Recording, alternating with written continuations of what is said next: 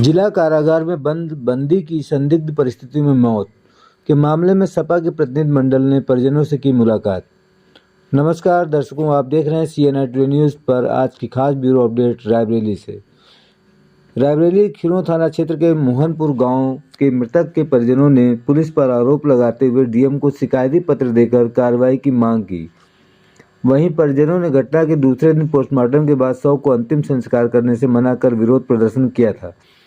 प्रभारी तहसीलदार शंभू शरण पांडे व क्षेत्राधिकारी लालगंज अनिल कुमार सिंह व अन्य थानाध्यक्ष के समझाने के बाद मृतक का अंतिम संस्कार किया गया था, जिसके चलते पूर्व मुख्यमंत्री अखिलेश यादव के निवेदन और निर्देशन पर उनके प्रतिनिधि मंडल ने परिजनों से मुलाकात की और पूरे मामले की जानकारी ली।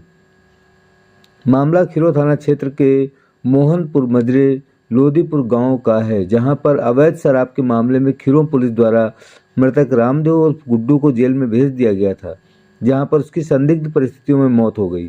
मौत होने के बाद पुलिस ने मामले में विधिक कार्रवाई करते हुए मृतक के शव को परिजनों को सौंप दिया था, लेकिन परिजनों ने पुलिस खिलाफ आरोप लगाते हुए शव का अंतिम संस्कार करने से मना कर दिया, जिसके चलते पुलिस के आला अधिकारियों ने परिजनों को समझाया और घटना की निष्पक्ष जांच कराने की बात कहकर शव का अंतिम संस्कार तहसील स्तर के सक्षम अधिकारी व भारी पुलिस बल की मौजूदगी में करवाया था।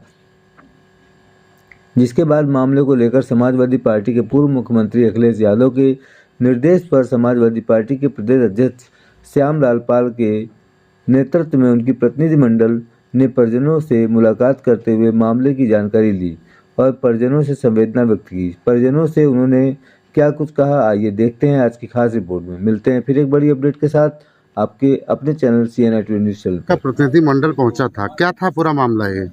देखिए, आज मैं विधायक राहुल एक्शनपुर हमारे क्षेत्र का मामला है। ग्राम मोहनपुर में रामदेव थे, हमारे पार्टी के बहुत महत्वपूर्ण साथी थे और उनको गुड्डू नाम से जानते हैं।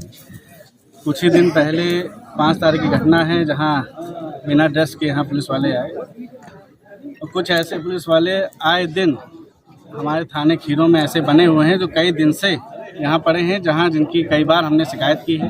क्षेत्र की जनता जो परेशान है, जिन पे कार्रवाई नहीं हो पा रही, जिनको हटाया जाना है कि यार बहुत दिन से लंबे समय से यहाँ पर है, लेकिन अब जानते हैं यहाँ योगी आदित्यनाथ की सरकार, यहाँ सुनने वाली किसी की नहीं।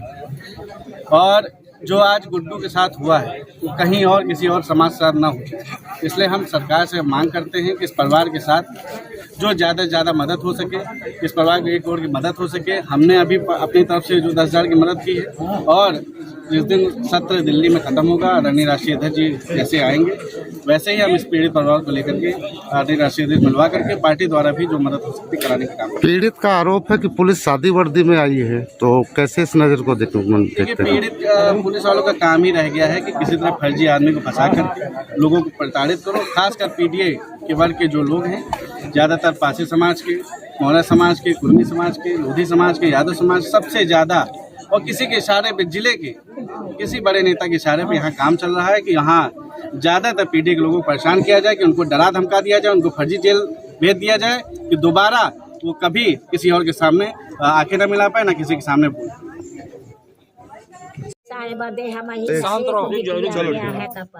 अध्यक्ष जी, आप लोगों का डेलीगेशन आया है, क्या तथ्य निकलकर सामने आया इस मामले में? देखिए, जनपद रायबरेली में ये आपका मोहनपुर गांव है, इसे लोदीपुर कहते हैं। यहाँ पर एक गरीब परिवार का वो बेटा रामदेव, जिसे गुड्डू के नाम से लोग जानते और पहचानते,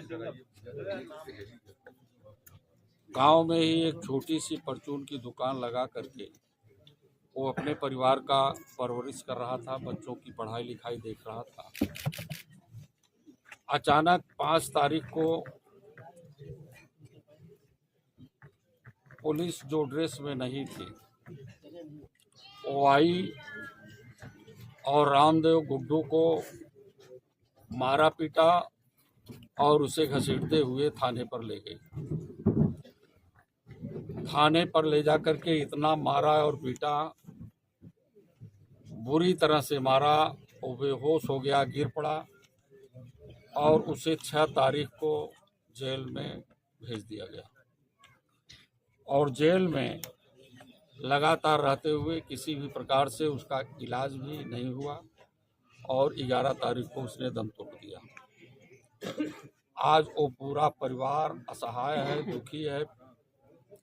कैसे बच्चों का भोजन चलेगा, कैसे बच्चों का पढ़ाई लिखाई चलेगा। इनके पास और कोई संसाधन नहीं है कि खेती बाड़ी है जिससे इनकी जीविका चल सके। मैं उत्तर प्रदेश की सरकार से इस गरीब परिवार के लिए 1 करोड़ रुपए की मांग करता हूं और इन्हें आवास की व्यवस्था और इस परिवार के 2 लोगों की नौकरी की व्यवस्था दी जाए।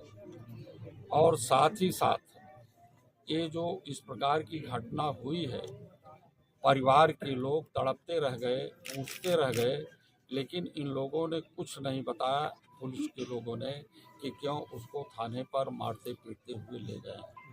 हम मांग करते हैं और ऐसी दुख की घड़ी में हम लोग इस परिवार के साथ हैं।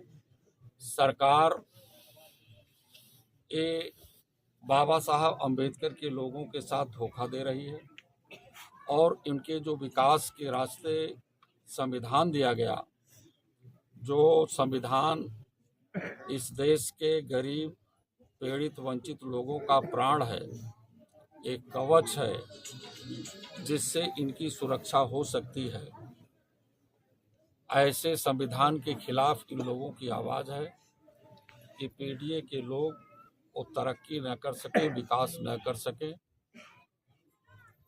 परिस्थितियां सबकी होती हैं। आज इन्हें गरीबी तंगहाल किया है।